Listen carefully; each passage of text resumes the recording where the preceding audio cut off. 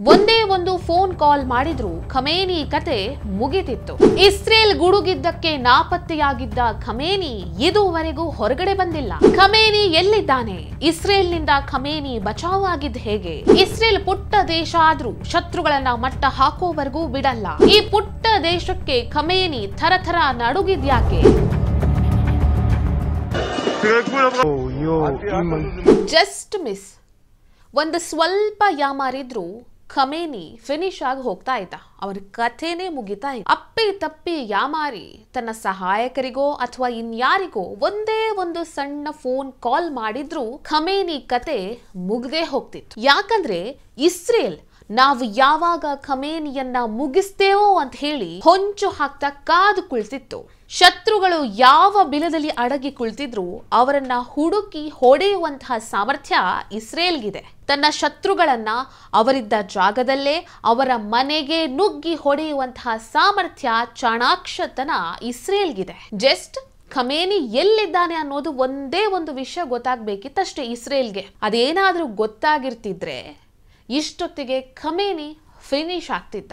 ಈ ಖಮೇನಿ ಏನು ಸಾಮಾನ್ಯದವನಲ್ಲ, ಪಾಪಿ ಚಿರಾಯು ಅಂತ ಹೇಳ್ತಾರಲ್ಲ ಆ ಥರ ಇವನ ಮೇಲೆ ಅಸ್ಯಾಸಿನೇಷನ್ ಥ್ರೆಟ್ಗಳು ಬಂದಿತ್ತು.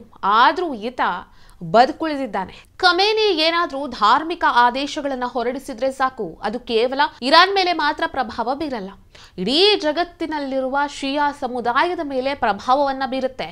ಅಂಥ ಪ್ರಭಾವಿ ನಾಯಕ ಈ ಖಮೇನಿ. ಇನ್ನು ಇಸ್ರೇಲು ಅಷ್ಟೇ, ಪುಟ್ಟ ದೇಶ ಆಗಿರಬಹುದು, ಆದ್ರೆ ಒಂದು ಸಲ ಗುರಿ ಇಟ್ಟ ಮೇಲೆ ತನ್ನ ಶತ್ರುಗಳನ್ನ ಹೊಡೆದುರುಳಿಸದೆ ಬಿಡೋದೇ ಇಲ್ಲ. ಈ ಇಸ್ರೇಲ್ ರಿಮೋಟ್ ಮೂಲಕ ನಿಯಂತ್ರಣ ಮಾಡುವಂತಹ ಗನ್ನನ್ನ ಬಳಸಿ ಇರಾನ್ನ ಪರಮಾಣು ವಿಜ್ಞಾನಿ ಮೊಹಸೆನ್ ಫಕ್ರಿಜಾದೆಯನ್ನ ಮುಗಿಸಿತ್ತು. 2010ರಲ್ಲಿ ಕಂಪ್ಯೂಟರ್ ವೈರಸ್ಗಳನ್ನ ಬಳಸಿ ಇರಾನ್ನ ನತಾನ್ಜ್ ಪರಮಾಣು ತಾಣದ ಸೆಂಟ್ರಿಫ್ಯೂಸ್ ಗಳನ್ನ ಧ್ವಂಸ ಮಾಡಿತ್ತು. ಇಂತಹ ಇಸ್ರೇಲ್ನೆದುರು ಖಮೇನಿ ಬಚಾವಾದ. ಅದು ಹೇಗೆ ಬಚಾವಾದ?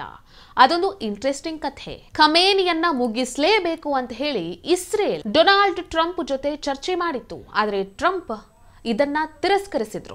ಈಗಲೂ ಕೂಡ ಈ ಖಮೇನಿ ಸಾರ್ವಜನಿಕವಾಗಿ ಕಾಣಿಸಿಕೊಳ್ತಿಲ್ಲ ಅಂತ ಹೇಳಿದ್ರೆ ಅದಕ್ಕೆ ಕಾರಣ ಖಮೇನಿಗೆ ಗೊತ್ತಿತ್ತು, ಈ ಇಸ್ರೇಲ್ ಖಂಡಿತವಾಗ್ಲೂ ನನ್ನನ್ನ ಬಿಡಲ್ಲ ಅನ್ನೋದು. ಈ ಇರಾನ್ ಇದೆಯಲ್ಲ, ಇದು ಇಸ್ರೇಲ್ನ ಪಕ್ಕದಲ್ಲಿರುವಂತಹ ದೇಶ ಅಲ್ಲ, ಸಾವಿರಾರು ಕಿಲೋಮೀಟರ್ ದೂರದಲ್ಲಿರುವಂತಹ ದೇಶ. ಸಾವಿರಾರು ಕಿಲೋಮೀಟರ್ ದೂರದಲ್ಲಿದ್ದುಕೊಂಡೇ ಈ ಖಮೇನಿ ಇಷ್ಟೊಂದು ಭಯ ಪಡ್ತಿದ್ದಾನೆ, ಥರ ಅಂತ ನಡುಗ್ತಾ ಇದ್ದಾನೆ ಅಂತ ಹೇಳಿದ್ರೆ ಇದಕ್ಕೆ ಏನ್ ಹೇಳಬೇಕು? ಖಮೇನಿಗೆ ಇಸ್ರೇಲ್ನ ಮೇಲೆ ಎಷ್ಟರ ಮಟ್ಟಿಗಿನ ಭಯ ಇರಬೇಕು? ಯುದ್ಧ ಪ್ರಾರಂಭ ಆಗಬೇಕಾದ್ರೆ ಇಸ್ರೇಲ್ ಏನಂತ ಅಂದ್ಕೊಂಡಿತ್ತು?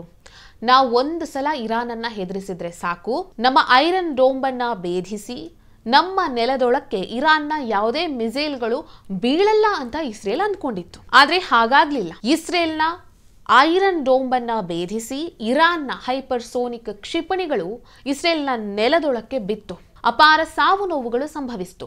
ಯಾವಾಗ ಸಾವು ನೋವು ಸಂಭವಿಸ್ತೋ ಆಗ Israel Khamenei will be finish ಅಂತ ಗುಡುಗಿತ್ತು. ಇಸ್ರೇಲ್ ಗುಡುಗಿದ್ದೇ ತಡ ಈ ಖಮೇನಿ ಎಲ್ಲಿ ನಾಪತ್ತೆಯಾದ ಅನ್ನೋದೇ ಗೊತ್ತಿಲ್ಲ. ಒಂದೇ ಒಂದು ಸಣ್ಣ ಸುಳಿವು ಸಿಕ್ತಿದ್ರು ಇಸ್ರೇಲ್ ಖಮೇನಿಯನ್ನ ಫಿನಿಶ್ ಮಾಡ್ತಿತ್ತು. ಈ ಖಮೇನಿ ಸೇನಾ ಮುಖ್ಯಸ್ಥರಿಗೂ ಒಂದೇ ಒಂದು ಫೋನ್ ಕಾಲ್ ಮಾಡ್ಲಿಲ್ಲ. ಒಂದೇ ಒಂದು ಫೋನ್ ಕಾಲ್ ಅವನು ಮಾಡಿದ್ರೆ ಇಸ್ರೇಲ್ ಅವನ ಫೋನ್ ಕಾಲ್ ಅನ್ನ ಟ್ರ್ಯಾಕ್ ಮಾಡಿ ಅವನಿದ್ದಲ್ಲಿಗೆ ಡ್ರೋನ್ಗಳನ್ನ ಕಳಿಸಿ ಅವನ ಕಥೆಯನ್ನ ಮುಗಿಸ್ತಿತ್ತು. Walkie ಟಾಕಿಯನ್ನ, satellite ಫೋನ್ಗಳನ್ನು ಬಳಸಲಿಲ್ಲ. ಅಪ್ಪಿ ತಪ್ಪಿ ಒಂದೇ ಒಂದು ಫೋನ್ ಕಾಲ್ ಏನಾದ್ರೂ ಮಾಡ್ತಿದ್ರೆ ಖಮೇನಿ ಇಷ್ಟೊತ್ತಿಗೆ ಖತಮ್ ಆಗಿ ಹೋಗ್ತಾ ಇದ್ದ. ಇಲ್ಲಿ ಒಂದು ಆಶ್ಚರ್ಯ ಏನಂದ್ರೆ ಯಾರ ಸಂಪರ್ಕವನ್ನೂ ಇಟ್ಟುಕೊಳ್ಳದೆ ಖಮೇನಿ ಬಚಾವಾಗಿದ್ದಾನೆ. ಈ ವಿಡಿಯೋ ನಿಮಗೆ ಇಷ್ಟ ಆಗಿದ್ದಲ್ಲಿ ಲೈಕ್ ಮಾಡಿ, ಶೇರ್ ಮಾಡಿ, ಕಮೆಂಟ್ ಮಾಡಿ. ನೀವಿನ್ನೂ ನಮ್ಮ ಹೊಸದಿಗಂತ ಡಿಜಿಟಲ್ ಚಾನೆಲ್ ಅನ್ನ ಸಬ್ಸ್ಕ್ರೈಬ್ ಮಾಡಲಿಲ್ಲ ಅಂದ್ರೆ ದಯವಿಟ್ಟು ಸಬ್ಸ್ಕ್ರೈಬ್ ಮಾಡಿ.